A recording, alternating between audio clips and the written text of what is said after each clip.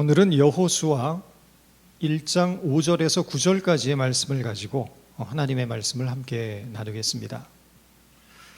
얼마 전 한국에서는 예비역 대위 출신의 한 인기 유튜버를 둘러싼 뜨거운 논란이 있었습니다. 그는 미국 버지니아 군사학교 출신으로 대한민국 해군 UDT-3에서 특수 임무를 수행했던 인물입니다. 실제로 아덴만에서 소말리아 해적에게 납치되었던 포로 5명을 구출해내는 성과를 올리기도 했습니다. 그가 대중적인 인기를 얻게 된 것은 일반인들이 특수부대 훈련을 경험한다는 컨셉으로 기획된 가짜 사나이라는 유튜브 채널의 교관으로 등장하면서부터입니다. 넘치는 카리스마로 교육생들을 휘어잡는 그의 모습에 시청자들은 열광하기 시작했고, 그는 용기와 강인함의 상징이 되었고 대한민국의 가장 핫한 인물이 되었습니다. 그러나 곧 이어 그에게 과거 성추행 전과가 있다는 사실이 폭로되고, 동료에게 돈을 꾸고 갚지 않았다는 소위 비투 논란이 일어납니다. 결국 그는 사과했지만 대중들은 실망했고 등을 돌렸습니다. 사람들은 그가 용감하다고 생각했습니다. 혹한의 추위 속에서도 일주일 동안 잠을 자지 않고 혹독한 지옥 훈련을 견뎌내는 강인함이 그에게 있었기 때문입니다. 야생에서 풀을 뜯어먹고 뱀을 잡아먹고 악당들에게서 인지를 구출해냈기 때문입니다. 그러나 과연 그것이 참된 용기였을까요? 정작 그에게 필요한 용기는 자신의 양심을 지키는 용기, 하지 말아야 할 일을 하지 않는 용기, 지켜야 할 진실을 지키는 용기였을 것입니다. 믿음에는 언제나 용기가 필요합니다. 그러나 그 용기는 세상이 말하는 용기와는 다릅니다. 믿음의 세계에서 말하는 용기란 하나님의 말씀 앞에 순종하는 용기입니다. 하나님이 가라 하시면 가는 용기이고, 하나님이 서라 하시면 서는 용기입니다. 하나님의 말씀은 어떤 상황에서든 항상 옳음을 인정하는 용기이고, 아무리 힘든 상황에서도 변치 않는 하나님의 사랑을 신뢰하는 용기이며, 온전히 하나님만을 바라보고 의지하는 용기입니다. 성경이 증언하는 모든 사람들이 가졌던 공통점은 그들은 용기 있는 자들이었다는 것입니다. 비범하거나 능력이 출중한 자들이 아니라 하나님의 말씀 앞에 순종하는 용기가 그들에게 있었을 뿐이라는 것입니다. 사실 하나님의 말씀은 인간의 상식과 이치에 맞지 않습니다. 합리적이지도 않고 이성적이지도 않습니다. 인간의 보편적인 감정이나 정서와도 맞지 않는 경우가 많습니다. 만약 성경이 조금만 인간의 편에서 인간의 입장을 이해하고 배려하는 그런 입장에 서서 논리적으로 인간을 설득한다면 우리가 순종하는 일이 조금 더 수월했을지 모릅니다. 그러나 성경은 설명하거나 설득하지 않습니다. 단지 계시하고 명령할 뿐입니다. 놀랍게도 성경은 순종 이외에 다른 길을 열어두지 않습니다. 그리고 그 순종을 가능하게 하는 것은 언제나 용기였습니다. 본토 친척 아비집을 떠나 내가 지시하는 땅으로 가라는 하나님의 명령에 순종했던 아브라함의 용기가 이스라엘의 역사를 시작하게 되었고, 성령으로 잉태하여 아들을 낳게 될 것이라는 말씀에 순종했던 한 어린 소녀의 용기가 예수 그리스도의 탄생을 가능하게 했습니다.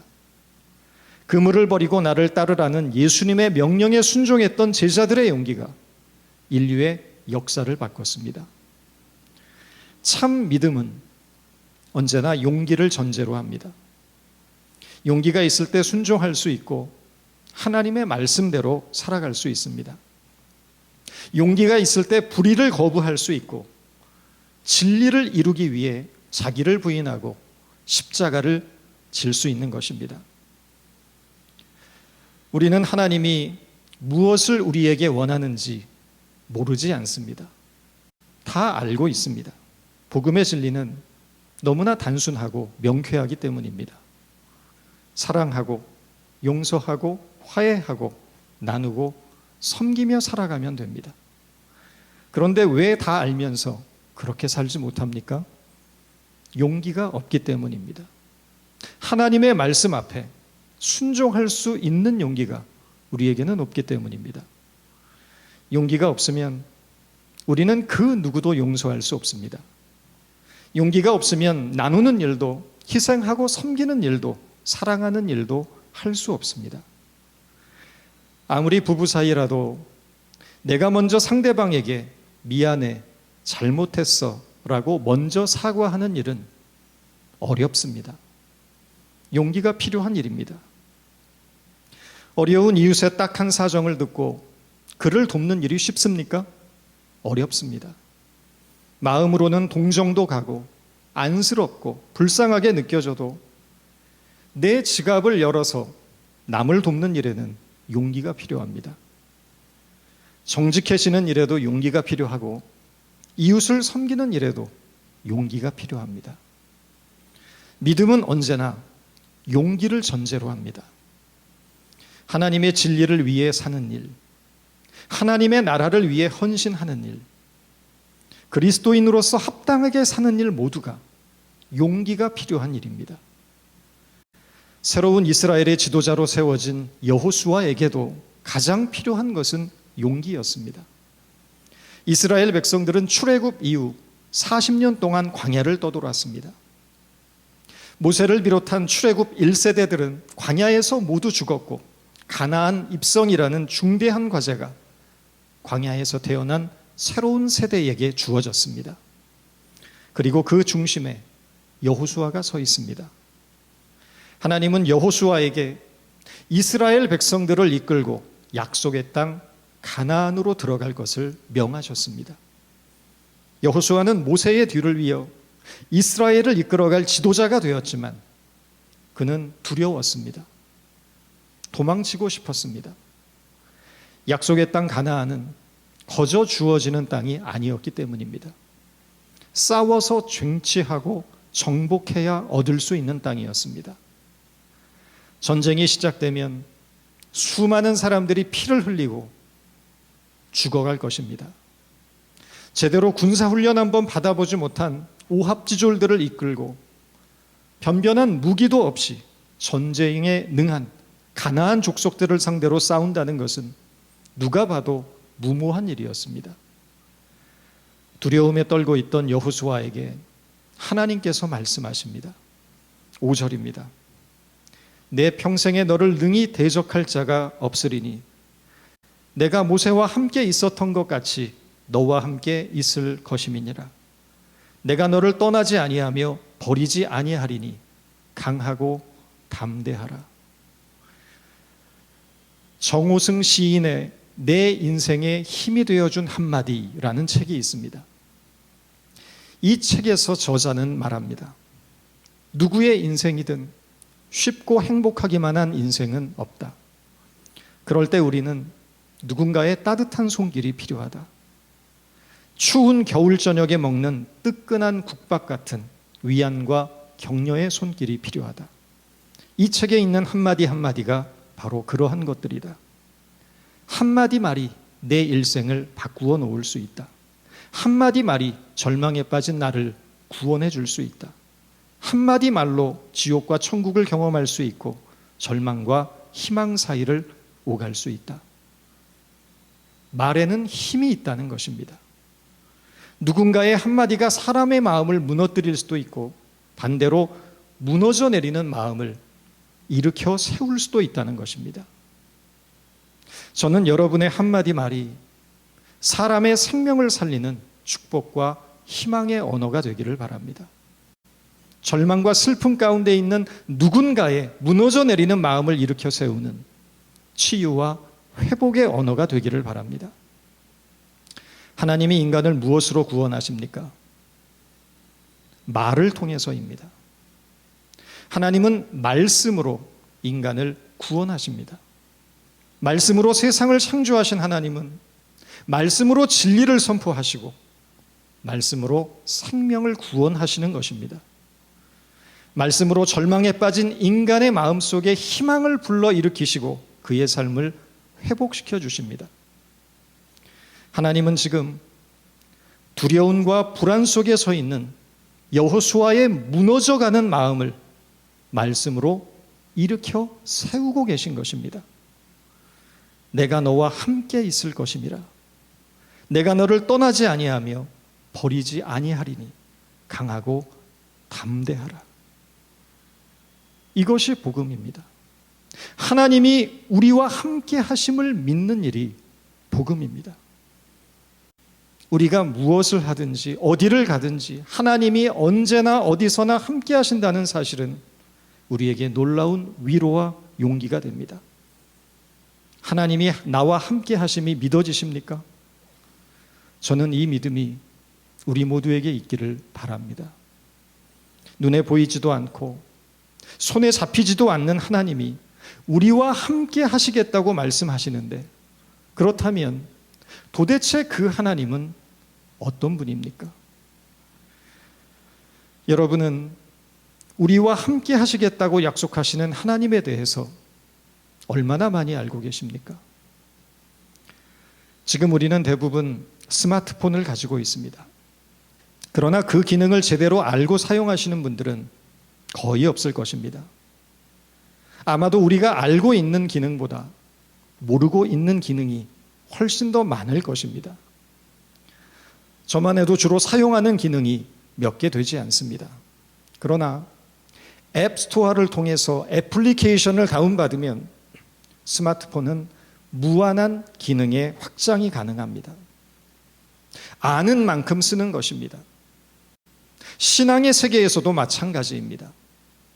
우리는 하나님을 아는 만큼 누리게 되어 있습니다. 하나님이 어떤 분입니까? 하나님은 창조주이십니다. 하나님은 전능자이시며 이 역사를 다스리는 통치자가 되시고 장차 이 세상을 심판하는 심판자로 오실 것입니다. 하나님은 사랑이시며 위로자가 되시며 모든 언약에 신실하시며 악을 미워하시고 공의로우시며 우리를 용서하시고 우리의 상처를 싸매주시며 우리에게 복 주시며 우리를 모든 죄 가운데서 구원하시는 분이십니다. 이 하나님의 속성과 성품이 믿어지면 우리가 어떤 형편과 처지에 있든지 우리는 하나님이 허락하시는 풍성한 기쁨 안에서 복된 삶을 누릴 수가 있게 되는 것입니다. 사실 인간은 눈에 보이지 않는 하나님을 온전히 안다는 것은 거의 불가능합니다. 육신의 아버지에 대해서도 잘 알지 못하는 무지한 존재가 어떻게 영이신 하나님을 온전히 다 알 수 있겠습니까? 그것은 불가능한 일입니다. 그러나 하나님께서 우리에게 주신 성경을 통하여 또한 우리와 함께 하시는 성령을 통하여 하나님의 높이와 깊이와 넓이를 알아가려는 노력을 평생의 삶을 통해 지속해야 합니다. 하나님을 아는 것이 믿음이며 하나님을 아는 것이 구원이기 때문입니다. 하나님을 알아야 하나님의 기쁨이 되는 인생을 살아갈 수 있기 때문입니다. 7절 말씀입니다. 오직 강하고 극히 담대하여 나의 종 모세가 내게 명령한 그 율법을 다 지켜 행하고 우로나 좌로나 치우치지 말라. 그리하면 어디를 가든지 형통하리니. 강하고 담대하라. 다시 한번 강조하고 계십니다. 무슨 뜻입니까? 인간은 약하고 소심하다는 것입니다. 그러한 인간의 약함을 아시는 하나님은 강하고 담대할 것을 명하고 계십니다. 좌로나 우로나 치우치지 말라고 하십니다. 그 기준이 무엇입니까? 율법입니다. 율법은 모세에게 주셨던 토라입니다.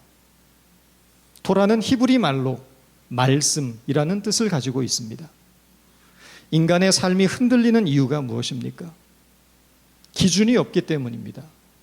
기준이 없는 삶은 흔들리며 빗나가게 되어 있습니다. 그러나 말씀이 삶의 기준이 되면 좌로나 우로나 치우치지 않으며 바른 길을 걷게 된다는 것입니다. 이 기준이 분명한 삶이 형통한 삶이라는 것입니다. 형통은 예수를 믿으니 사업도 잘 되고 건강해지고 어려운 문제도 잘 풀리는 것이 아니라 말씀이 삶의 기준이 되어 좌로나 우로나 치우치지 않고 하나님과의 바른 관계를 맺고 살아가는 삶이 형통이라는 것입니다. 8절입니다. 이 율법책을 내 입에서 떠나지 말게 하며 주야로 그것을 묵상하여 그 안에 기록된 대로 다 지켜 행하라. 그리하면 내 길이 평탄하게 될 것이며 내가 형통하리라. 율법책을 내 입에서 떠나지 말게 하며 주야로 그것을 묵상하라고 하십니다. 우리는 흔히 묵상이라고 하면 소리를 내지 않는 침묵 가운데 잠잠히 생각하고 명상하는 것을 떠올립니다. 그러나 묵상이라는 단어의 히브리어 하가는 소리를 내다라는 전혀 반대의 의미를 가지고 있습니다. 그 어원을 보면 비둘기나 사자의 울음소리에서 파생된 단어라는 것입니다.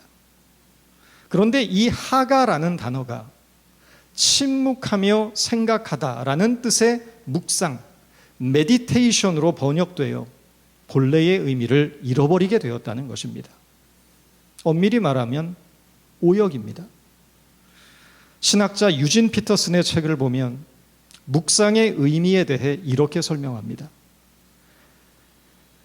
강아지를 키우시는 분들은 아마 더 쉽게 이해가 되실 것 같습니다. 강아지에게 뼈다귀를 물려주면 강아지는 그 뼈다귀를 가지고 장난을 치다가 은밀한 구석으로 끌고 가서 그 뼈다귀를 물고 뜯으며 핥으며 본격적으로 그 맛을 즐긴다는 것입니다. 때로는 나지막하게 가랑가랑 소리를 내는데 그것은 즐거움에 빠져 있을 때 강아지가 내는 소리라는 것입니다. 그렇게 뼈다귀를 빨다가 그것을 다시 은밀한 장소에 파묻어 두고 다음 날 또 파내어 그 맛을 즐깁니다.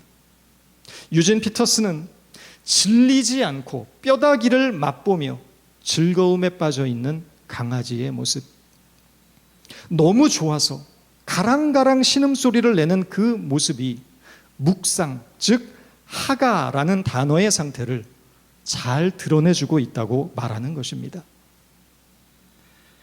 여러분은 말씀을 어떻게 묵상하십니까? 묵상의 본질은 신음소리가 날 정도로 너무나 좋고 기쁘고 행복하고 즐거운 일이라는 것입니다. 하루 종일 묵상을 해도 질리지 않고 그 다음 날도 묵상하는 기쁨과 즐거움이 소멸되지 않는 것입니다. 시편 기자는 주의 말씀이 꿀보다 더 달다고 고백합니다. 과연 하나님의 말씀은 꿀보다 더 단 것이 되고 있습니까? 이 어려운 시대를 이길 수 있는 힘은 하나님의 말씀에서 나옵니다. 말씀이 우리의 소망이 되고 말씀이 우리의 능력이 되기 위해서는 우리는 주야로 말씀을 묵상해야 합니다. 억지로 의무적으로 말씀을 대하는 태도는 묵상이라고 말할 수 없습니다. 말씀이 기쁨이 되고 즐거움과 행복이 되어야 그것이 묵상입니다. 하나님께서 여러분에게 말씀이 즐거움과 기쁨이 되는 은혜를 주시기 바랍니다. 그래서 그 말씀의 능력으로 어떤 두려운 사건을 만나도 강하고 담대하여 주시기를 소망합니다. 9절입니다. 내가 내게 명령한 것이 아니냐. 강하고 담대하라. 두려워하지 말며 놀라지 말라. 내 하나님, 내가 어디로 가든지 내 하나님 여호와가 너와 함께 하느니라 하시니라. 내가 어디로 가든지 내 하나님 여호와가 너와 함께 하느니라. 용기의 근원이 어디에서 오는지 밝혀주고 있는 말씀입니다. 용기의 근원은 무엇입니까? 여호와 하나님입니다. 이 세상의 고통스러운 삶에서 우리가 끝까지 견디며 인내해야 할 이유, 여호와 하나님께서 우리와 함께 하시기 때문입니다. 끝이 보이지 않는 이 암울하고 힘든 상황 속에서도 우리가 실망하지 않고 용기를 가져야 할 이유, 여호와 하나님께서 우리와 함께 하시기 때문입니다. 이 불의하고 거짓된 세상에서 믿음의 선한 싸움을 싸우며 살아가야 하는 이유, 여호와 하나님께서 우리와 함께 하시기 때문입니다. 하나님이 우리와 함께 하신다는 이 사실이 모든 용기의 근원이 됩니다. 그러므로 여러분, 두려워하지 마십시다. 놀라지 마십시다. 무슨 일을 만나든 어떤 자리에 서 있든 강하고 담대하시기 바랍니다. 하나님이 우리와 함께 하시기 때문입니다. 이것이 믿음입니다. 이 믿음이 우리를 이기게 할 것입니다. 이 믿음이 우리를 지금부터 영원까지 인도하실 것입니다. 이 믿음이 우리를 결국 소망 가운데 승리케 할 것입니다. 이 사실을 믿는 저와 여러분 모두가 되기를 주님의 이름으로 축원드립니다. 기도하겠습니다. 하나님, 이 시대가 혼란스럽고 암울합니다. 그 무엇도 우리의 소망과 기쁨이 되지 못합니다.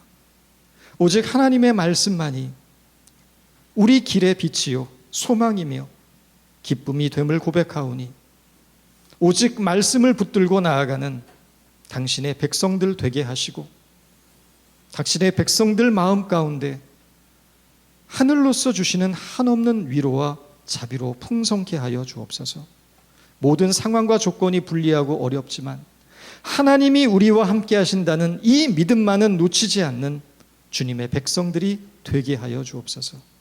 날마다 우리의 삶 속에 놀랍고 두려운 일이 생겨나지만 그러나 말씀에 의지하며 두려워하지 아니하고 놀라지 아니하며 강하고 담대한 믿음으로 이 세상을 향해 걸어나가게 하여 주옵소서. 예수님의 이름으로 기도드립니다. 아멘.